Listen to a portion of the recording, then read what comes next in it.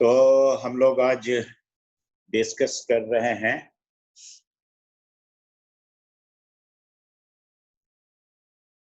तुम चश्मा भी लगाती हो श्वेता?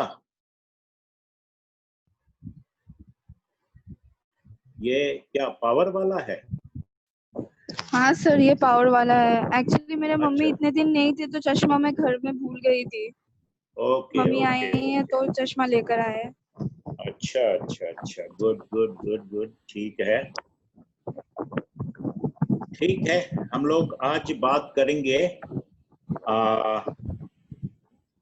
कम्युनिकेशन में।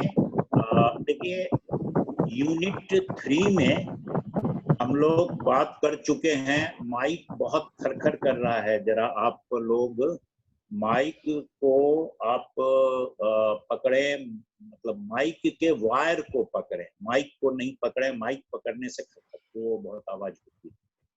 माइक के आपको मुंह के पास भी अगर ले जाना हो तो आप अगर उसको पकड़ेंगे तो ज्यादा ठीक रहेगा, वायर को। जी, तो यूनिट 3 में हम लोग बात कर चुके हैं कम्युनिकेशन, नेचर, स्कोप और concept.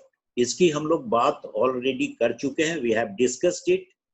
So I am switching over to the second topic in unit 3, and that is functions, process and elements. Elements की भी हम लोग बात कर चुके हैं और प्रोसेस की भी बात कर चुके हैं, and we discussed these two topics in the first class. Process मतलब सेंडर ने रिसीवर को भेजा और मैसेज को एनकोड किया, वहां रिसीवर ने डिकोड किया, और उसमें ये जो पूरा प्रोसेस है, तो किस तरह से एक जगह से मैसेज दूसरी जगह जाता है, वो प्रोसेस वो हम लोग कर चुके हैं। एलिमेंट्स भी कर चुके हैं। मतलब एलिमेंट्स का मतलब हो गया सेंडर, रिसीवर, मैसेज, फीडबैक, और ये सारा कुछ जो है वो हम लोग ऑलरेडी डिस्कस कर चुके हैं। लेकिन फंक्शन हम लोगों ने डिस्कस नहीं किया था, तो आज हम लोग संक्षेप में इन ब्रीफ हम लोग फंक्शन की बात कर लेते हैं। Then we will be discussing traditional oblique folk form of communication, इसकी हम लोग बात करेंगे। बैरियर्स ऑफ कम्युनिकेशन की भी बात करेंगे, और ये सारी चीजें आज थर्ड यूनिट की हम लोग डिस्कस करेंगे। ठीक, ओके। अब देखिए, फंक्शंस ऑफ कम्युनिकेशन क्या है। जब हम कम्युनिकेट करते हैं कोई चीज, तो उसका क्या होता है, और सीधा सा मतलब है कि communication perform, what communication performs, simple सा।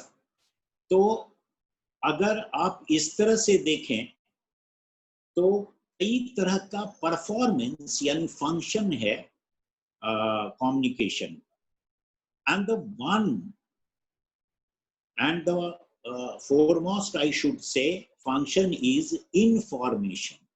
Why we communicate and what is the function of communication.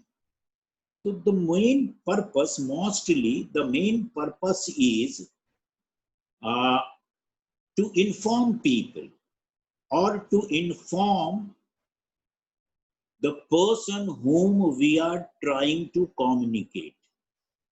जिससे हम कम्युनिकेट कर रहे हैं उसको हम इन्फॉर्म करते हैं। सो this is mass media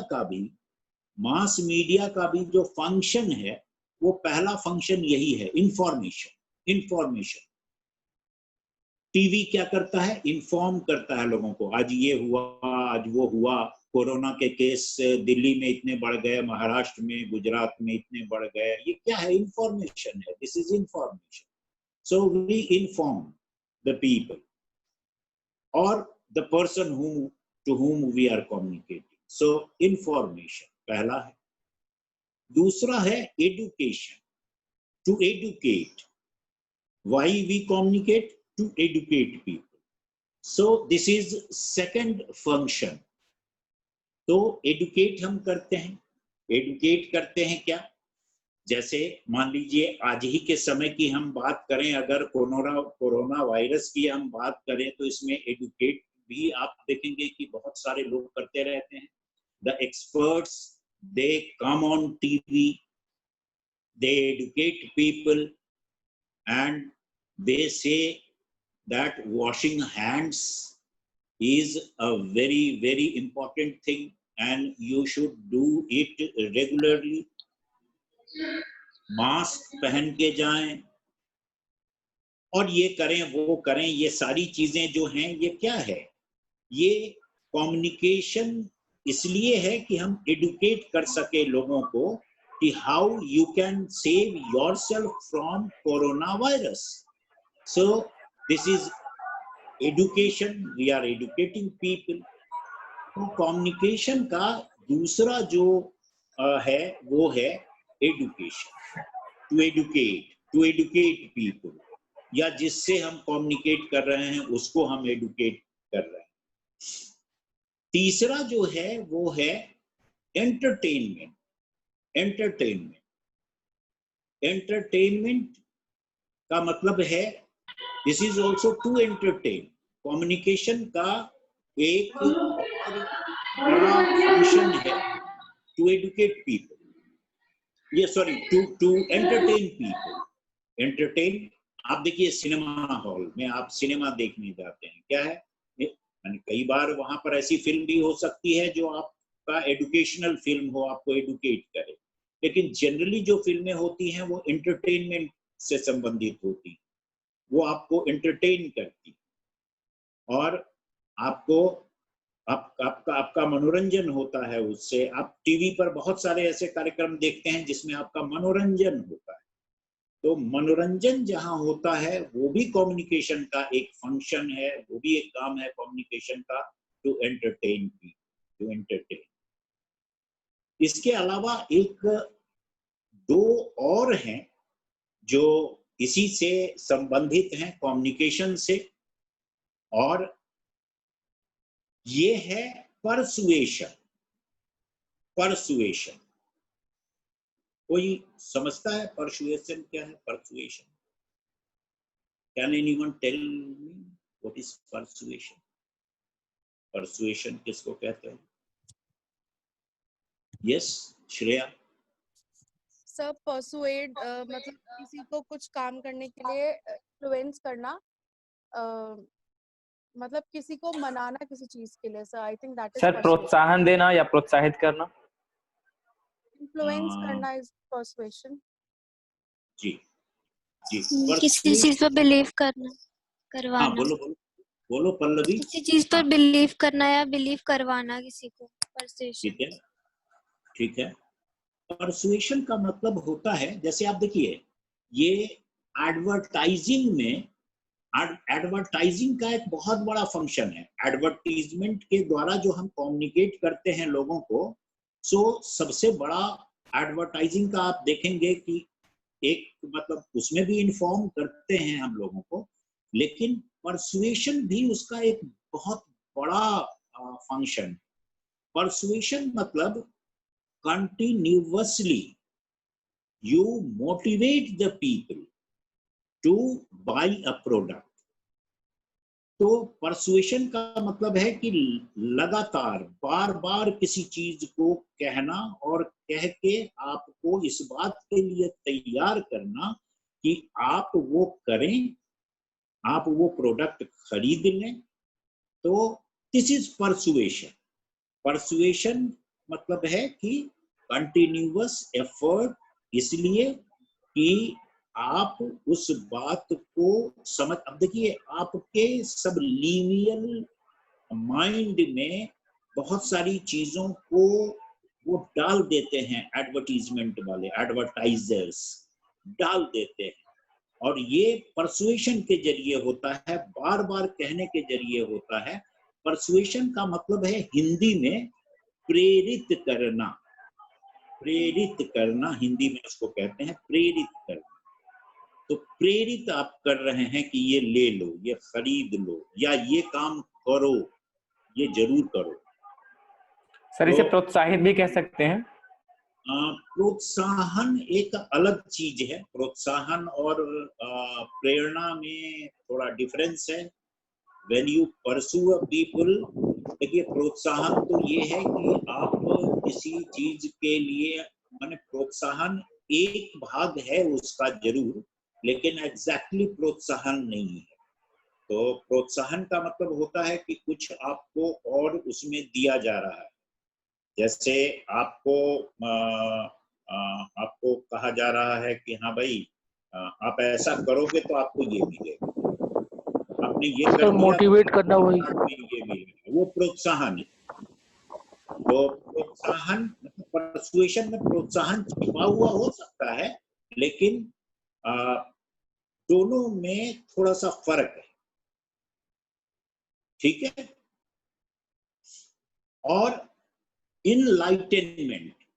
enlightenment भी एक फंक्शन है, लेकिन आप उसको एजुकेशन के साथ जोड़ के देख सकते हैं। When you educate people, so sometimes you enlighten them.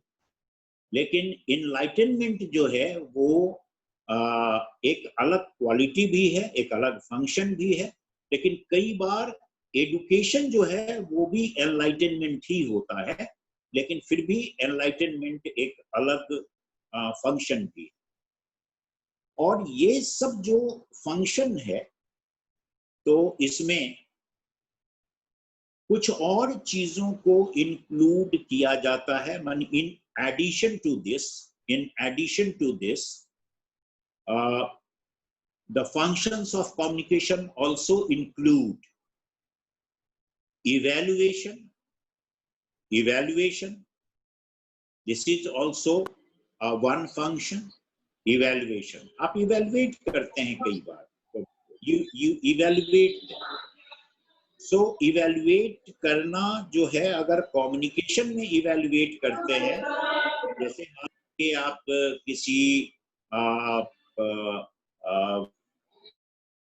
sitting before you for interview and you evaluate the person, then that is evaluation function. You evaluate the person whether you should give the employment or not. ये आपको decide करना है और इसलिए आप उसका interview ले रहे हैं। तो ऐसे में वो एक इवेल्युएट कर रहे हैं, you are trying to evaluate the person, तो ये भी एक फंक्शन है, लेकिन कम्युनिकेट करके कर रहे हैं। कई बार कम्युनिकेट करके सीधे भी इवेल्युएट करते हैं कि हाँ भाई आप में ये काबिलियत है, आप में ये है और आप में ऐसा है। Then direction is also one function. You try to give the people or any individual direction.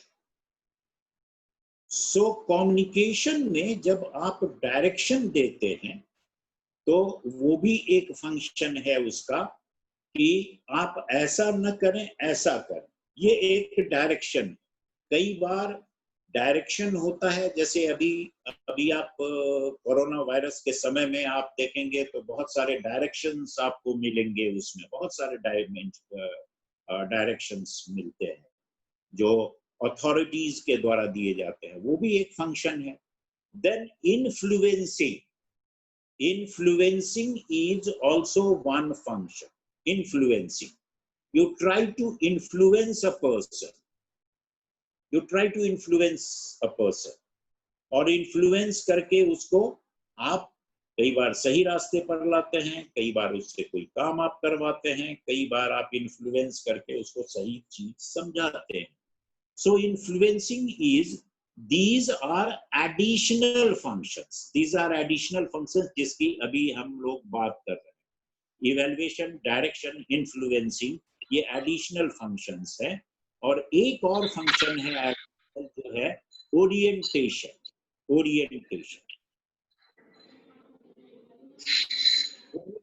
With communication. Communicate जो किया जाता है वो कई बार ओरिएंटेशन के, ओरिएंटेशन किसी का किस तरह का हो, किस तरह का बने, इसके लिए आप कम्युनिकेट करते हैं उससे। बच्चों को भी कई बार इस तरह से आप करते हैं घर में, फैमिली में या बड़े स्तर पर भी, तो ओरिएंटेशन के कि किस तरह का ओरिएंटेशन उसका बने। तो ये जो है ये फंक्शंस हैं कम्युनिकेशन के, और इस तरह से आपका जो यूनिट 3 में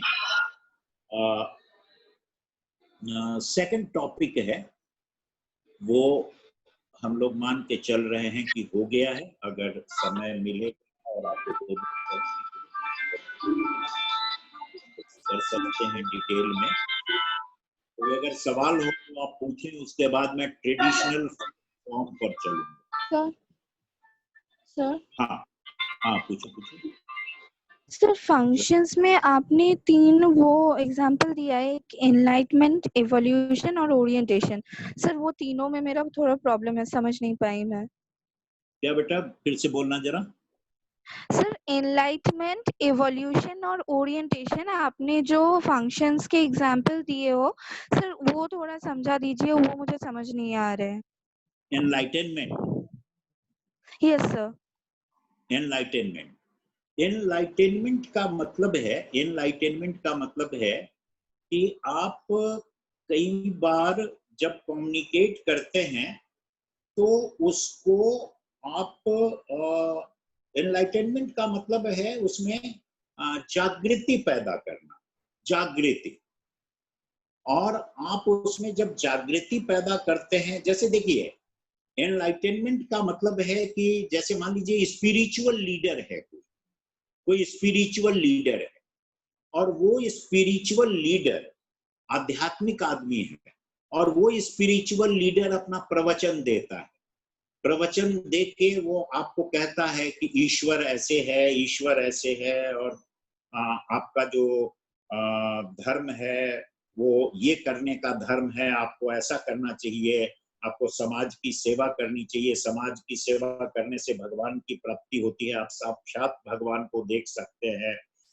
तो कई बार जो स्पिरिचुअल लीडर का प्रवचन होता है, वो जो बोलता है, तो वो अपने ऑडियंस को एनलाइटन करने के, वो उसमें अंदर से उसकी आत्मा को जगाता है। तो एनलाइटनमेंट इसको भी कहते हैं, लेकिन एनलाइटनमेंट उसको भी कहते हैं जो आपकी, जैसे मान लीजिए कि बहुत सारे मजदूर दिल्ली से भाग के उत्तर प्रदेश, बिहार जा रहे हैं या बंगाल जा रहे हैं। अब बहुत उनको दिक्कत हो रही है। अब हो सकता है उसमें कोई आए और इस तरह का प्रवचन दे कि नहीं भाई, इनके लिए कुछ करना चाहिए, हम लोग कुछ करें, and they form a group. So one person is communicating to his group कि what we should do and why we should do, हमें क्यों करना चाहिए, मानवता की सेवा करनी चाहिए। ये किस्म का इनलाइटनमेंट। तो कोई सोशल इशू भी हो सकता है, दैट मे बी स्पिरिचुअल, कोई आध्यात्मिक काम भी हो सकता है वो कोई रिलीजियस मामला भी हो जिसमें कि इनलाइटन किया जाए। तो अब देखिए बहुत सारे ऐसे, विवेकानंद का भाषण होता था, उसमें इनलाइटनमेंट होता था, वो इनलाइटन करते थे। इसी तरह से बहुत सारे ऐसे महापुरुष हुए हैं, बहुत सारे स्पिरिचुअल लीडर्स हुए हैं जो बहुत सारे लोगों को उन्होंने एनलाइटन किया। और आपको पता है विवेकानंद के गुरु कौन थे? सर रामकृष्ण, श्री रामकृष्ण। रामकृष्ण। तो रामकृष्ण परमहंस ने ही इनको एनलाइटन किया था, और उन्हीं के इसमें विवेकानंद इतने अंदर से जागृत हो गए कि उन्होंने तय किया कि नहीं, हमें ऐसे करना है और मानवता की सेवा में अपने को न्यौछावर कर देना और मानवता की सेवा करनी है। तो एनलाइटन किसने किया? रामकृष्ण परमहंस ने विवेकानंद को, और विवेकानंद ऐसे बन गए। तो और उन्होंने एक बार जो ठान लिया वो फिर ठान लिया। बहुत सारी कहानियां हैं, भगनी निवेदिता की कहानी है उनके साथ जुड़ी हुई और बहुत सारी। तो ये है, this is enlightenment. So this is a kind of education you can say, but there is a difference between to educate and to enlighten a person. ठीक है? Yes, Now sir. I think I am clear. Yes, sir. Okay, fine. तो हम लोग आगे बढ़ते हैं अब, और हम लोग अब बात करते हैं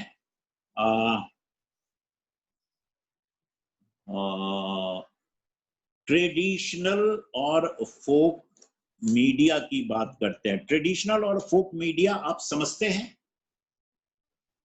traditional folk media? Yes sir. हाँ, बताइए क्या है?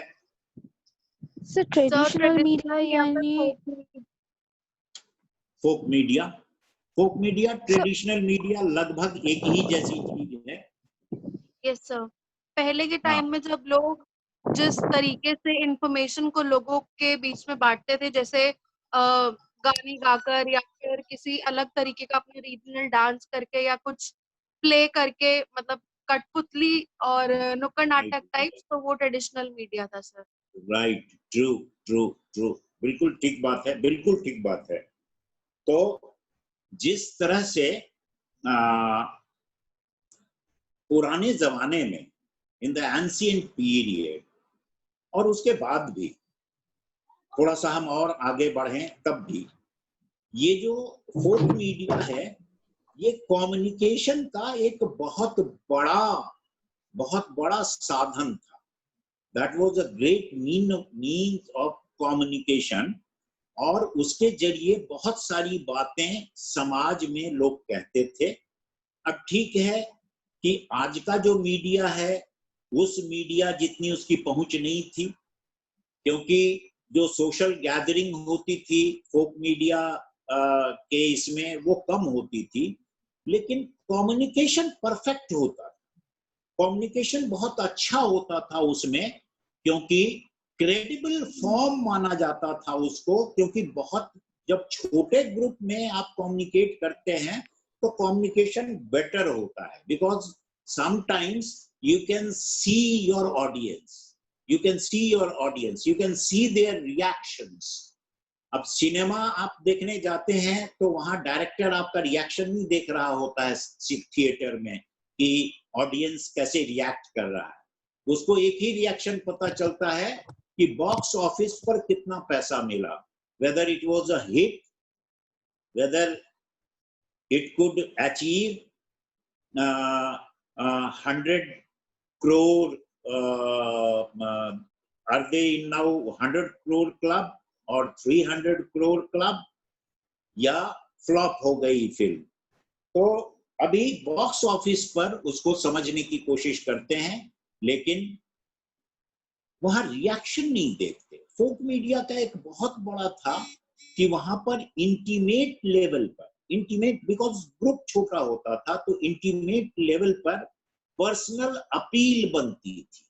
जब भी आप थिएटर के माध्यम से करते थे, जैसा श्रेया ने कहा कि कठपुतली के नाच पर के जरिए आप एक अपील करते थे, लोगों को कम्युनिकेट करने की कोशिश करते थे, तो क्लैरिटी भी कम्युनिकेशन में कितना है ये पता चल जाता था ऑडियंस को देख के, और क्लैरिटी शायद थोड़ी ज्यादा भी होती थी। Low cost. Sir I have a question. Yes sir वो मतलब पहले के जमाने में जो लीफलेट बांटे जाते थे उसको भी फोक मीडिया के अंदर आ सकते हैं या फिर ट्रेडिशनल मीडिया? किसको एक बार बोलना फिर। सर पहले के जमाने में या फिर अभी भी होता है जो लीफलेट्स वगैरह बांटे जाते हैं या फिर कुछ कागज में कुछ इंफॉर्मेशन शेयर करते हैं, सर उसको भी क्या फोक मीडिया या फिर ट्रेडिशनल मीडिया के अंदर आएंगे?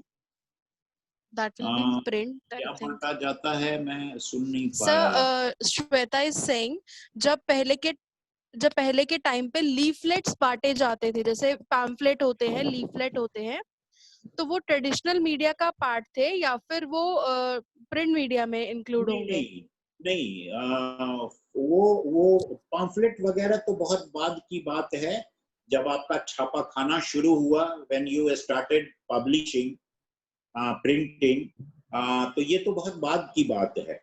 और जब प्रिंटिंग हमारी शुरू हुई तब तक तो और भी कुछ कुछ चीजें आ चुकी थी। न्यूज़पेपर उसके थोड़े समय बाद ही शुरू हो गया था, फिर उसके बाद 1920s में रेडियो वगैरह भी शुरू। ये जो है ये फोक मीडिया एक दूसरे तरह का है, और उसमें कौन कौन सी चीजें आती हैं वो मैं अभी डिस्कस करूंगा। उसमें स्ट्रीट प्लेज हैं, लोकल लेवल पर थिएटर है, और बहुत सारे अलग अलग जगह पे अलग अलग ट्रेडिशन की चीजें थी, जिसको ट्रेडिशनल मीडिया, फोक मीडिया भी कहते हैं, ट्रेडिशनल मीडिया भी कहते हैं। उसकी हम लोग अभी चर्चा करेंगे, एडवांटेजेस की जरा हम लोग बात कर लें। तो इट वाज लो कॉस्ट। अभी देखिए, फिल्म बनाने में बहुत सारा पैसा खर्च होता है। टेलीविजन से अगर आप कम्युनिकेट करने की कोशिश करते हैं, ये जो मीडिया है, बहुत सारा पैसा खर्च होता है, क्योंकि एक टेलीविजन चैनल चलाने में बहुत सारा पैसा चाहिए, अखबार छापने के लिए बहुत सारा पैसा चाहिए, रिपोर्टर्स चाहिए, एडिटर्स चाहिए, एंड ऑल दैट, बहुत सारा पैसा, बहुत सारा न्यूज प्रिंट चाहिए। तो लेकिन वो लो कॉस्ट होता था, फ्लेक्सिबिलिटी होती थी, फ्लेक्सिबिलिटी होती थी। और जो श्वेता कह रही हैं, श्वेता के राज्य में, मतलब उनका जो स्टेट है, उसमें फोक मीडिया के बहुत सारे एग्जाम्पल्स हैं, बहुत सारे। जात्रा वहां एक थिएटर फॉर्म है, Jatra. Do you know Shweta? Jatra. Yes sir. तो जात्रा जो है, दैट वाज ट्रेडिशनल मीडिया।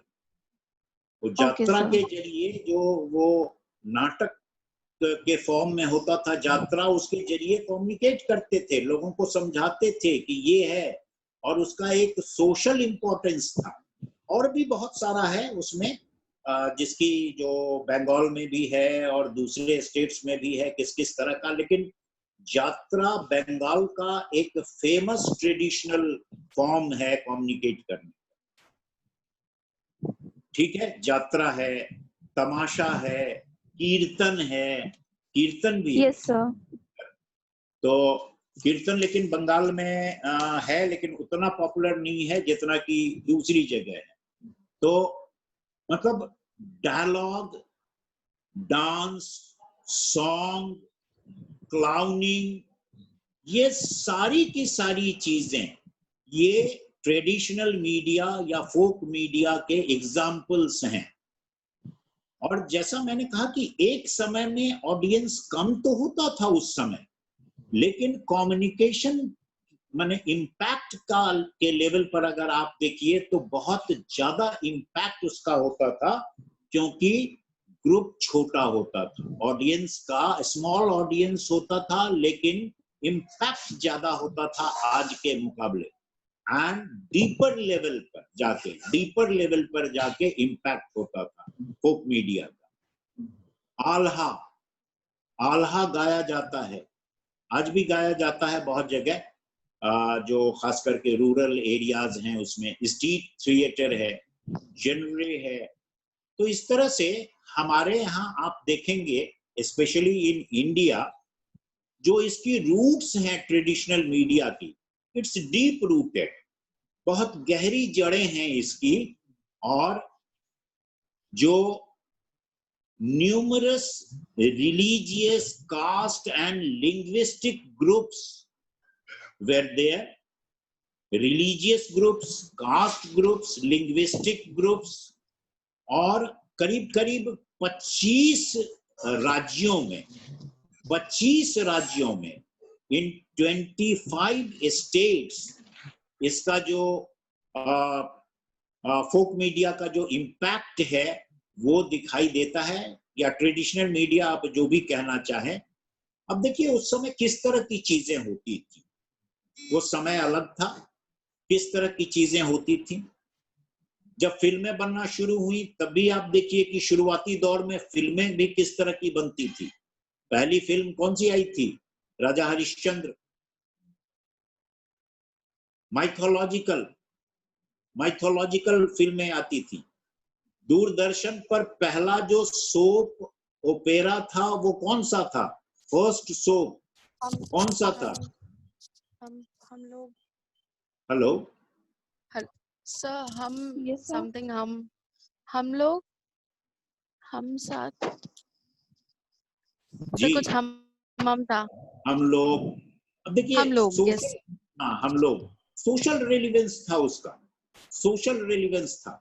और भी आप रिलीजियस भी देखिए, महाभारत और रामायण जिस समय बना था वो देखिए, वो रिलीजियस। तो उस समय माइथोलॉजिकल रिलीजियस चीजें ज्यादा होती थी जो फोक मीडिया था उसके जरिए, क्योंकि ऑडियंस को वो चाहिए था। इस वजह से उसी तरह की चीजों पर ज्यादा एम्फेसिस होती थी।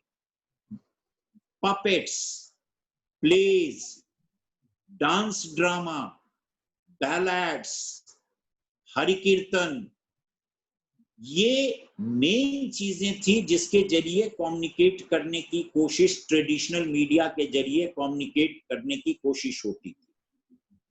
बाद में मार्क्सिस्ट ग्रुप आए और क्रिश्चियन ग्रुप्स आए बाद में, जिन्होंने इसको थोड़ा चेंज किया, इसमें बहुत कुछ ऐड किया उन्होंने, और एक डिफरेंट लेवल पर इसको ले गए मार्क्सिस्ट और क्रिश्चियन ग्रुप्स जो बाद में आए। और आप देखेंगे कि तमिलनाडु स्ट्रीट थिएटर में मार्क्सिस्ट ग्रुप का बहुत बोलबाला है। स्ट्रीट थिएटर में डांस ड्रामा, कम्युनिटी फेस्टिवल्स, फिर आप देखिए रिलीजियस एपिक्स भी आए, उस समय रिलीजियस एपिक्स आए। तो इस तरह से एक डिफरेंट लेवल पर ट्रेडिशनल मीडिया ने अपनी छाप छोड़ी, और इसको हम लोग फील कर सकते हैं। अब फोक थिएटर के फॉर्म हम जरा देख लें, बहुत सारे फोक थिएटर के फॉर्म, आप चाहें तो इसको नोट भी कर लें, जिससे कि ये भी फोक मीडिया ही कहा जाएगा, मतलब ट्रेडिशनल मीडिया। तो उसको आप अगर नोट करेंगे तो आपके लिए अच्छा रहेगा, क्योंकि आप यू कैन गिव एग्जांपल्स। तमाशा, फोक थिएटर में एक आता है, फोक फॉर्म जो है थिएटर का, उसमें आता है तमाशा। तमाशा ये 400 साल पुराना है, 400 years बैक महाराष्ट्र में शुरू हुआ था ये फोक फॉर्म, थिएटर का फोक फॉर्म तमाशा। और इस फॉर्म को जो, जैसे बाजीराव की जो जीवनी है, लाइफ, उस पर भी उस समय खेला जाता था वो। तो तमाशा महाराष्ट्र का बहुत बड़ा एक फोक फॉर्म है या ट्रेडिशनल फॉर्म है थिएटर का। और थिएटर में बहुत सारे प्रयोग हुए थिएटर में, जिसमें एक तमाशा है। तमाशा की बात मैंने यात्रा वगैरह की भी बात की, मैं एक के बाद एक आगे बढ़ता हूं, जो कहाँ किस स्टेट में